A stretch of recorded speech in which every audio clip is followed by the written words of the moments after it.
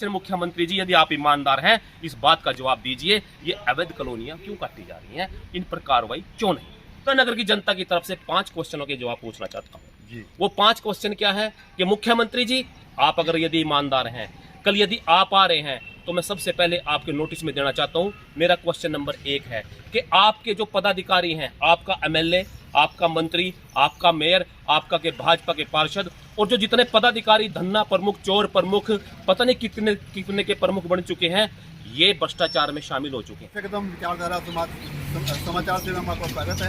आज सुबह सुबह हमारी मुलाकात हमारे भाई किसान नेता एडवोकेट साहब सिंह गुर्जर से हुई है, जो प्रवक्ता हैं भारतीय किसान यूनियन के।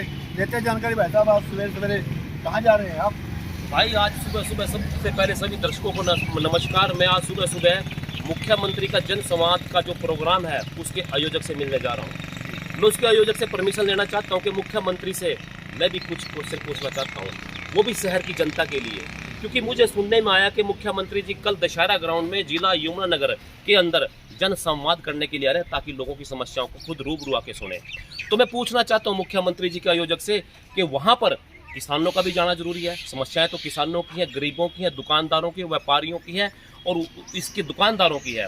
तो मुझे भी परमिशन दी जाए ताकि मैं मुख्यमंत्री जी से 4 से 5 लोगों की समस्याओं के बारे में जान सकूं। और मुझे लगता है परमिशन मिलेगी नहीं, लेकिन फिर भी यदि आयोजक, यदि यहाँ का मुख्यमंत्री मेरी आवाज़ को सुन रहा है, तो मैं यहीं से आपके चैनल के माध्यम से ईमानदार मुख्यमंत्री से यमुनानगर की जनता की तरफ से 5 क्वेश्चनों के जवाब पूछना चाहता हूँ। वो 5 क्वेश्चन क्या है कि मुख्यमंत्री जी, आप अगर यदि ईमानदार हैं, कल यदि आप आ रहे हैं तो मैं सबसे पहले आपके नोटिस में देना चाहता हूं। मेरा क्वेश्चन नंबर 1 है कि आपके जो पदाधिकारी हैं, आपका एमएलए, आपका मंत्री, आपका मेयर, आपका के भाजपा के पार्षद और जो जितने पदाधिकारी धन्ना प्रमुख, चोर प्रमुख, पता नहीं कितने कितने के प्रमुख बन चुके हैं, ये भ्रष्टाचार में शामिल हो चुके हैं। जीता जागता उदाहरण, विष्णु गार्डन के अंदर, जगाधरी के अंदर 3 एकड़ कॉलोनी का नक्शा पास कर दिया गया, जिसमें आपका मेयर, पार्षद और चोर बाजारी में आज आपके अप्रोच तक जिनकी अप्रोच ज़्यादा है वो लोग शामिल हैं। और वहाँ के लोगों ने बड़ी कंप्लेंट की, डीटीपी को कंप्लेंट की, मुख्यमंत्री को कंप्लेंट की, लेकिन उसके बावजूद भी नक्शा पास कर दिया गया। और आज भी मौका पर जाकर दिखाना चाहूँगा 2 दिन के अंदर में आपको, वहाँ पर बुलडोजर चला के सड़कें बनाने का काम अवैध रूप से किया जा रहा है। मुख्यमंत्री जी, मैं आपसे पूछना चाहता हूँ, यदि आप ईमानदार हैं तो आपने उनके खिलाफ क्या कार्रवाई की, और यदि आप नहीं कार्रवाई की तो आप भी इस भ्रष्टाचार में शामिल हैं। आप जन संवाद के अंदर हिस्सा लेने आ रहे हैं। और ये एक कॉलोनी की बात नहीं है भाई साहब, ये शहर के अंदर 4 से 5 कॉलोनियों का, अवैध कॉलोनियों का बनाने का काम भाजपा के उन ईमानदार चोला पहनने वाले पदाधिकारियों का काम है, मंत्री का काम है, यहाँ के एमएलए का काम है, मेयर का काम है। वो चोर बाजारी में शामिल हो चुके हैं। और यहाँ का डीटीपी, उसको भी लिख के दिया गया, एटीपी उसको भी रिटर्न में दिया गया, वो भी चोर बाजारी में शामिल हो चुके हैं। यदि डीटीपी ईमानदार है, क्योंकि मैंने उसकी ईमानदारी देखी डीटीपी की, मैंने कुछ दिन पहले मेरे नोटिस में आया था 10 किलोमीटर दूर जाकर एक किसान की डेयरी फार्म को गिराने का काम किया था।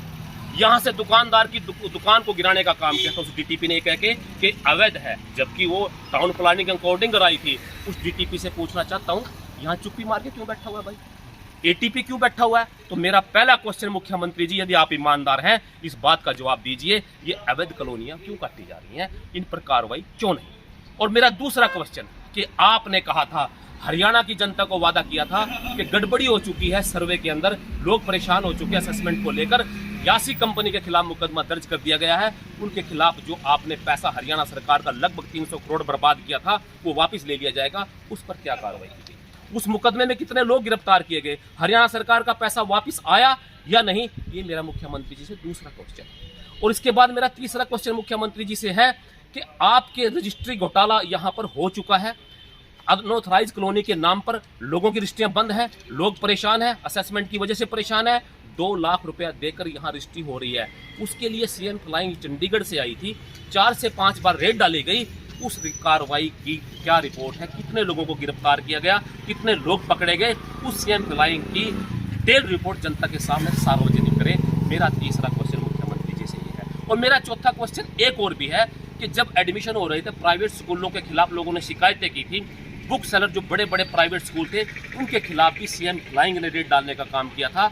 मैं पूछना चाहता हूं उसमें क्या कार्रवाई की, कितने लोगों को गिरफ्तार किया गया, वो रिपोर्ट भी सार्वजनिक करें। मेरा 5वां क्वेश्चन किसानों की तरफ से है कि यदि आपका जो पोर्टल काम नहीं कर रहा है, लोग परेशान है, किसान परेशान है, धान की फसल मंडियों में आ चुकी है, कहीं का डिस्ट्रिक्ट, कहीं की जमाबंदी, किसी किसान का नाम ये ठीक से काम नहीं कर रहा है। इसके अलावा और भी समस्याएं, लेकिन मुख्यमंत्री जी अगर यदि ईमानदार हैं, मेरी 5 बातों के जवाब दे दे, और यदि 5 जवाब देने का आप में दम नहीं है, सामने बैठकर आंखें मिलाकर किसानों से, गरीबों से, दुकानदारों से, व्यापारियों से यदि आपके अंदर दम नहीं आंखें मिलाने का, तो ये जन संवाद प्रोग्राम नहीं है, जन आहत प्रोग्राम है, जन अपमान प्रोग्राम है। इस प्रोग्राम में यदि किसान नहीं है, इस प्रोग्राम में मजदूर नहीं है, दुकानदार नहीं है, तो सीधा सीधा ये प्रोग्राम अली बाबा और 40 चोरों का प्रोग्राम है। और मैं दिखाना चाहूंगा, कल मीडिया के सामने उन लोगों की फोटो आएगी जो उस प्रोग्राम में बैठेंगे। ये प्रोग्राम फिक्स प्रोग्राम है, इसमें उसी व्यक्ति को वही बोलने का क्वेश्चन दिया जाएगा जो मुख्यमंत्री जी को पसंद होगा।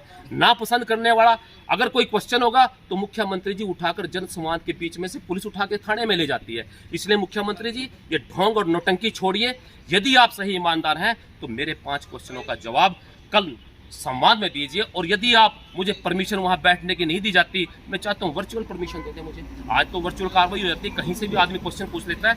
मैं जनता यमुनानगर की तरफ से मुख्यमंत्री जी 5 मुख्य समस्याओं के बारे में आपसे पूछना चाहता हूँ।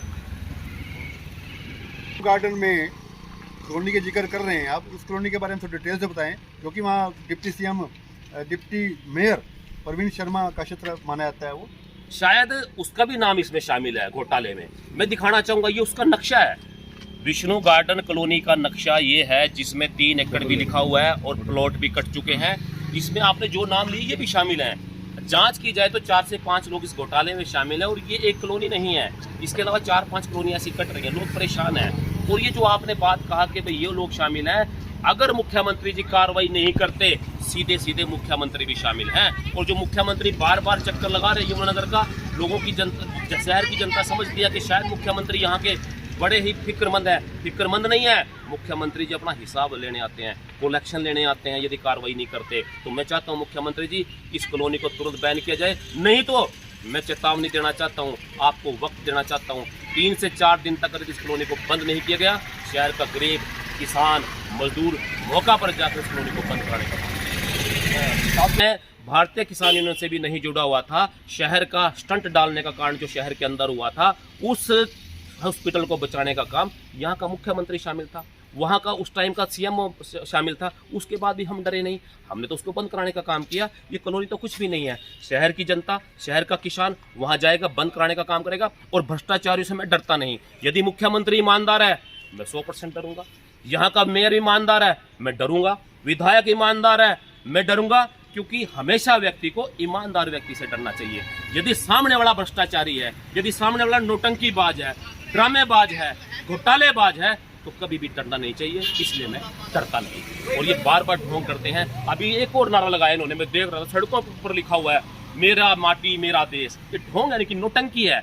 अरे मेरी माटी मेरा देश तो आपने बेच दिया, छोड़ा क्या इस देश के अंदर? कॉलोनियां काट दिया आपने, पूरे देश को बेच के रख दिया। ऐसे ऐसे लोग ये नारे लेके आते हैं। और जब देश की माटी की बात हो रही थी, तब ये अंग्रेजों की चापलूसी कर रहे थे।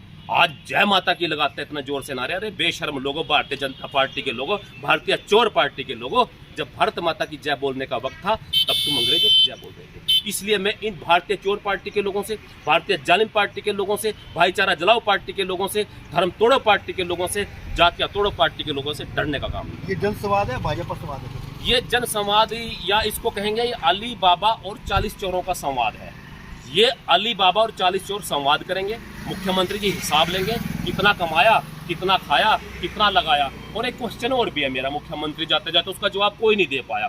यहाँ पर इन भारतीय चोर पार्टी के लोगों का एक कार्यालय 5 स्टार होटल से ज़्यादा अच्छा बन चुका है।